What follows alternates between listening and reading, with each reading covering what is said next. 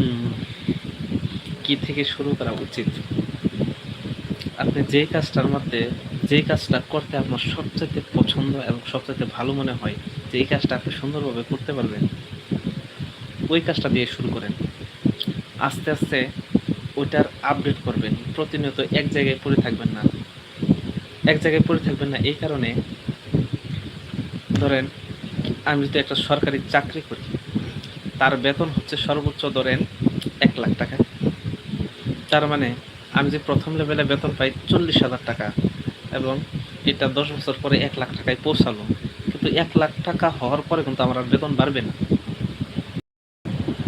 আমার বেতন কিন্তু ওইখানে আর বাড়বে না, 1 লাখ টাকাই থাকবে।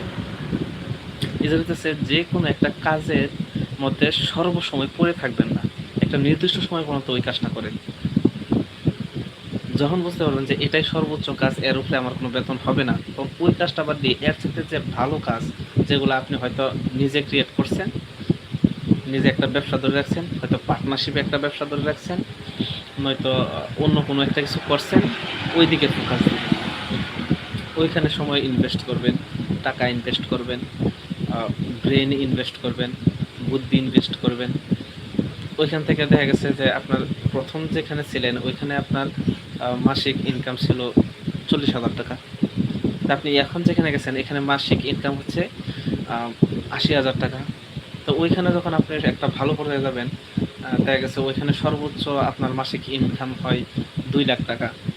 তখন ওইখান থেকে সরে আসবেন, আসবেন আরেক জায়গায় যেখানে আপনার মাসিক ইনকাম ইনকাম দাঁড়াইতে পারে 5 লাখ টাকা। ওইভাবে আপনার জায়গা পরিবর্তন করতে হবে। সর্বোচ্চ যখন চলে যাবেন তখন ওইখান থেকে জায়গা পরিবর্তন করে অন্য একটা সেক্টরে, অন্য একটা জায়গায় আপনি সময় ইনভেস্ট করতে হবে, মেধা ইনভেস্ট করতে হবে, টাকা ইনভেস্ট করতে হবে পর্যায়ক্রমে। কিন্তু শুরুটা করতে হবে আপনি যেটা সবচেয়ে ভালো পারেন, সবচেয়ে ভালো বুঝেন, যেটা